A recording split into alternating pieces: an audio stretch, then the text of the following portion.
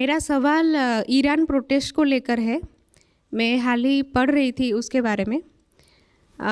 हाल ही में जो economic crisis है ईरान में, उसके वजह से बहुत सारा प्रोटेस्ट चल रहा है।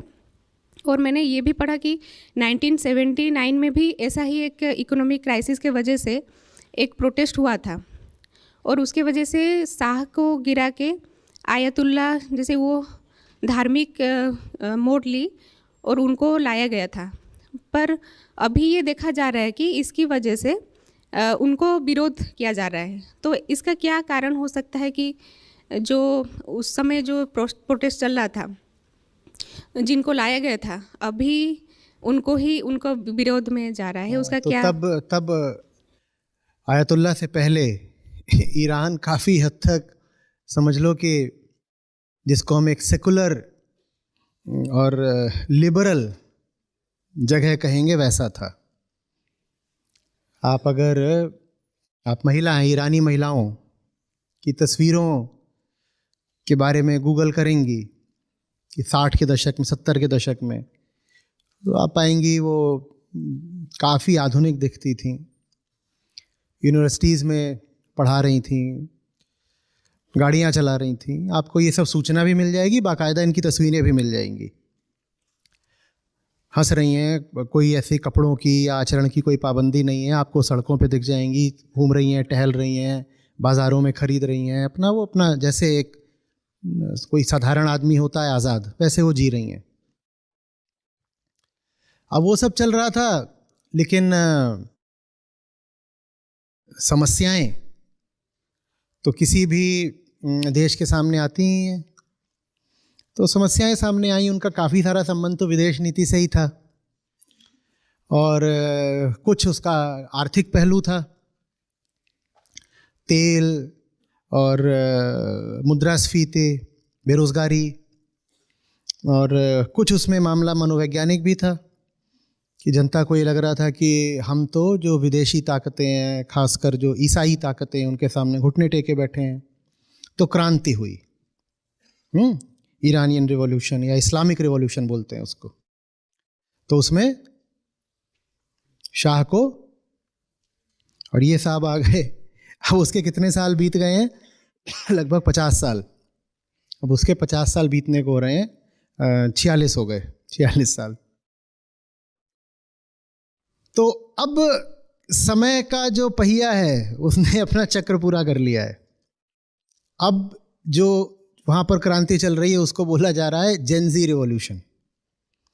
अब और उसमें सब जवान लोग और लड़कियां भी बढ़ चढ़ कर हिस्सा ले रहे हैं। अभी पिछले साल वहाँ पर हुआ था कि एक लड़की ने किसी यूनिवर्सिटी कैंपस में अपना हिजाब ही नहीं, अपने सब कपड़े वगैरह उतार दिए थे। उसकी तस्वीर काफ़ी वायरल वगैरह हुई थी। उससे पहले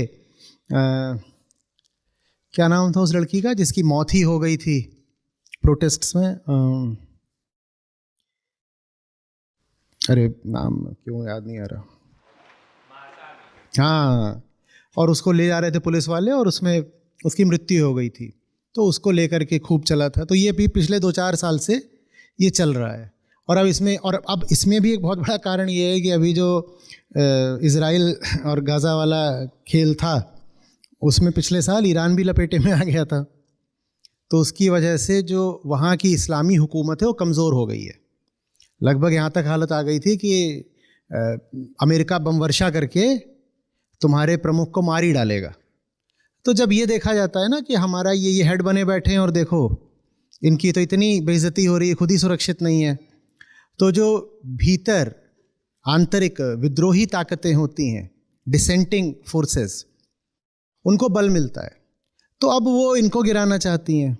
तो ये ऐसे पूरा पहिया घूम रहा है और ये सोचा जा रहा है कि लिबरल सेकुलर होने से हट करके अब हम जब कंजर्वेटिव ऑर्थोडॉक्स इस्लामिक हुए तब समाधान मिल जाएगा, और उससे वापस घूम करके अब हम फिर से लिबरल सेकुलर हो जाएंगे तब समाधान मिल जाएगा। ये एक तरह से माया का चक्र है, जहाँ पर हम देखना नहीं चाहते हैं कि फ़र्क नहीं पड़ता कि आप कंजर्वेटिव हो कि लिबरल हो, कि आप रिलीजियस हो, ऑर्थोडॉक्स हो कि सेकुलर हो, जब तक मूल अज्ञान बाकी है, तब तक आप बस बाहरी सिस्टम्स, बाहरी व्यवस्थाएं चेंज करते रह जाओगे। पहले कितना चला कि जब तक जनतंत्र नहीं आएगा तब तक दुनिया की समस्याओं का समाधान नहीं होगा। अब न जाने कितने देशों में, जिसमें भारत भी शामिल है, ये ज़ोर शोर से कहा जा रहा है कि ये जनतंत्र हमारी समस्याओं का कारण है। दुनिया भर में आप पाओगे कि अभी लोकतंत्र के लिए कोई बहुत अनुकूल हवा नहीं बह रही है, और इसी लोकतंत्र को दूसरे विश्व युद्ध के बाद माना गया था कि शांति की गारंटी होगा। वो सब उड़ गया। दुनिया में जहाँ जहाँ भी दक्षिण पंथ है, जो राइट विंग मूवमेंट्स है, जहाँ जहाँ चल रहे हैं, वहाँ वहाँ लोकतंत्र कमज़ोर पड़ रहा है, और जनता की सहमति से कमज़ोर पड़ रहा है। क्योंकि लोगों ने जैसे पहले माना था कि लोकतंत्र आएगा तो हमारी सारी समस्याओं का हल हो जाएगा, वैसे ही अब जनता कह रही है कि हमारी समस्याओं का कारण लोकतंत्र है। माने कारण जब भी तलाशना है, कहाँ तलाशना है? बाहरी व्यवस्था में तलाशना है। मनुष्य ये मानने को ही नहीं तैयार है कि व्यवस्था आती रहेगी, जाती रहेगी, उसकी समस्या का मूल कारण उसके भीतर है। तो बाहरी व्यवस्था बदलने से कुछ समय के लिए कुछ राहत मिल सकती है, पर कोई मौलिक परिवर्तन नहीं आने वाला। बात आ रही है समझ में? जिन देशों में सबसे ज्यादा ताकत सेंट्रलाइज्ड थी, उन देशों में सबसे पहले क्रांतियां हुई, और क्रांतियां होने के बाद अक्सर देखा गया कि ताकत दोबारा सेंट्रलाइज हो गई। आज आप इतिहास पे जाकर देखो तो कहना मुश्किल हो जाएगा कि जार ने ज्यादा सेंट्रलाइज कर रखा था या स्टालिन ने रूस में। बड़ा मुश्किल हो जाएगा। और वो कौन सा टेस्ट है, अभी वो पायनियर वाले आर्टिकल में उसका मैंने नाम भी लिखा हुआ था। 1951 में ब्रिटिश बंदा था, उसने एक टेस्ट करा था, क्या नाम था, हेंसेक क्या कुछ नाम था। तो उसने साइकोलॉजिकल टेस्ट करा था जो लेफ्ट विंग के लोग थे और जो राइट विंग के लोग थे, और उसने ये पाया कि ये लोग आइडियोलॉजिकली जितने विपरीत हैं, साइकोलॉजिकली उतने सिमिलर हैं। दोनों में ही कॉमन टेंडेंसी है, राइट विंग और लेफ्ट विंग साइकोलॉजिकली बिल्कुल सिमिलर है। दोनों में कॉमन टेंडेंसी है किसी बाहर वाले को दोष देने की। जब भी कुछ गलत हो तो दोष दे दो कि बाहर वाला है। Locate the enemy outside somewhere. दोनों में ही टेंडेंसी है ट्रुथ को बिलोंगिंग से डिफाइन करने की। वो जो भी हमारे पक्ष से खड़ा है वो सच ही बोल रहा है, और जो हमारे पक्ष से नहीं खड़ा है, जो हमें नहीं बिलोंग करता, वो झूठ बोल रहा होगा। और दोनों में ही ये भी टेंडेंसी है कि वो सत्ता के सामने खूब झुकते हैं।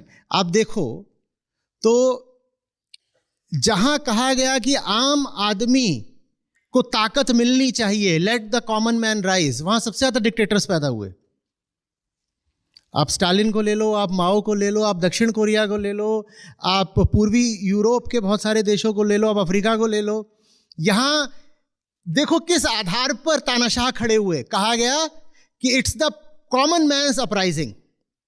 बात हुई थी कि देखो ये जितने सेठ होते हैं, पूंजीवादी होते हैं, बड़ी गड़बड़ करते हैं, इन्होंने आम आदमी का पैसा हड़प रखा है, तो अब हम क्रांति करेंगे और सत्ता आम आदमी को सौंप देंगे। और इन सब देशों में सत्ता किसी तानाशाह के हाथ में चली गई। दुनिया में यही चलता रहेगा जब तक हम नहीं देखेंगे कि हमारी वृत्ति ही हिंसा की है, अज्ञान की है। अहंकार जहां रहेगा वहां सत्ता का खेल ही खेलेगा। वहां आप बाहरी व्यवस्थाएं कितनी भी बदलते रह जाओ, हिंसा का, दमन का चक्र चलता ही रहेगा। बस इतना है कि बाहरी व्यवस्था बदलती रहेगी तो आपके बाहरी मालिकों के नाम बदलते रहेंगे, और अपनी खराब हालत के लिए आप जिनको दोष देना चाहते हो, बहाना बनाना चाहते हो, उन बहानों के नाम बदलते रहेंगे। कभी बहाना बन जाएगी डेमोक्रेसी और कभी बहाना बन जाएगा डिक्टेटरशिप। पर हमेशा आप ये बोलोगे हमारी हालत खराब इसलिए है क्योंकि डेमोक्रेसी बहुत ज़्यादा है भारत में। फिर बोलोगे हमारी हालत खराब इसलिए है क्योंकि डिक्टेटरशिप है भारत में। कभी ये नहीं बोलोगे कि हमारी हालत खराब इसलिए है क्योंकि हम ही खराब हैं।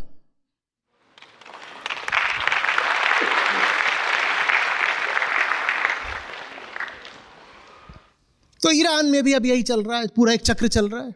बिल्कुल हो सकता है कि जो हाँ इस्लामिक व्यवस्था है वो गिर जाए, हो सकता है, पर क्या उससे कोई मूलभूत अंतर पड़ेगा ईरानियों की ज़िंदगी में? मुझे संदेह है।